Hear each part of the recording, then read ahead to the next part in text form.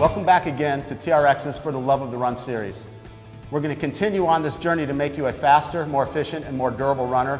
This month really focusing on integrated lower body strength, posture, and we're going to add some pressing in.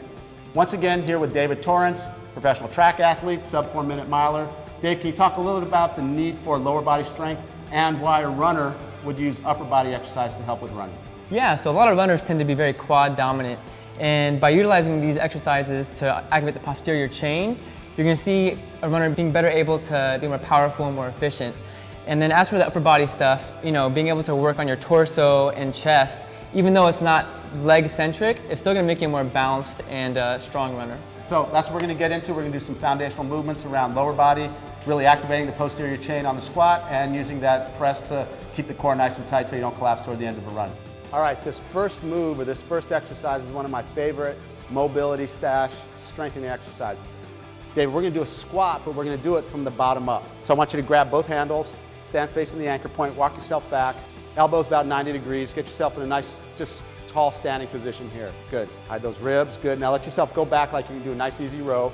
And now just get to the floor any way that feels comfortable or uncomfortable.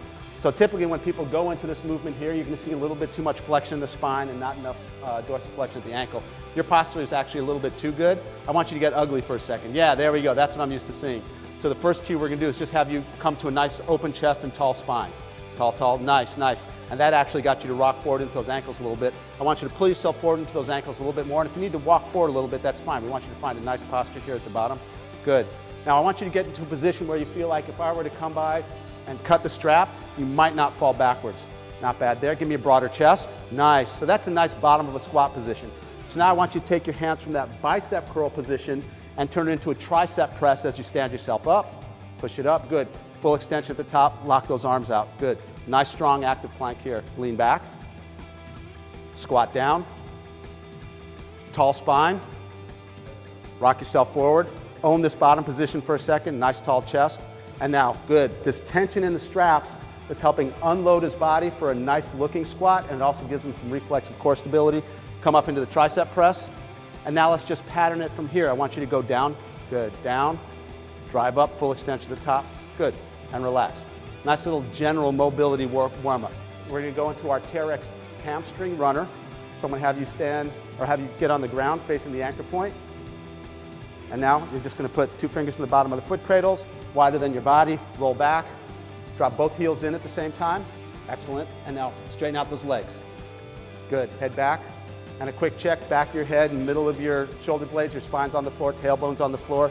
Pull your toes to your nose, drive your heels away from you as far as you can. Now lift those hips up. Good.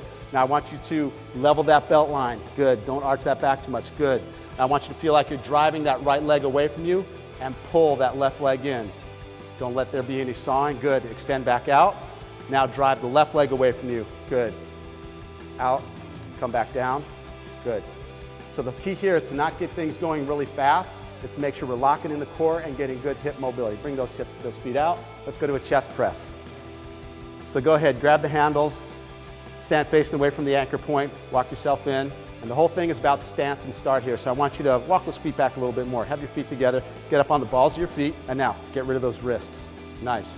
Now give me a nice, strong, active plank. I want you to pull those shoulders down and back. Good. I want you to hide that rib cage. Good. And bring that belt line back. So that's good posture. The only thing is, it's too easy for you, dude. You're like world class. I want you to take a couple steps back, even a little bit more. Nice. Now let's find that posture again. Pull those shoulders down a little bit. Good. Hide those ribs, level that belt line. Don't think of it as a press. Think of it as a moving plank. Bring those elbows to the side like you're elbowing someone next to you, right there, and come back up. Good. Exhale on the way up. Inhale on the way down. I want you to quickly reset that belt line at the bottom. Up. You got to do one more rep. You sagged in the middle there a little bit. Yes. Lock it in. Shoulders away from your ears. Last rep here. Last chance to be good. Last chance to be great. Bring it back up. Good.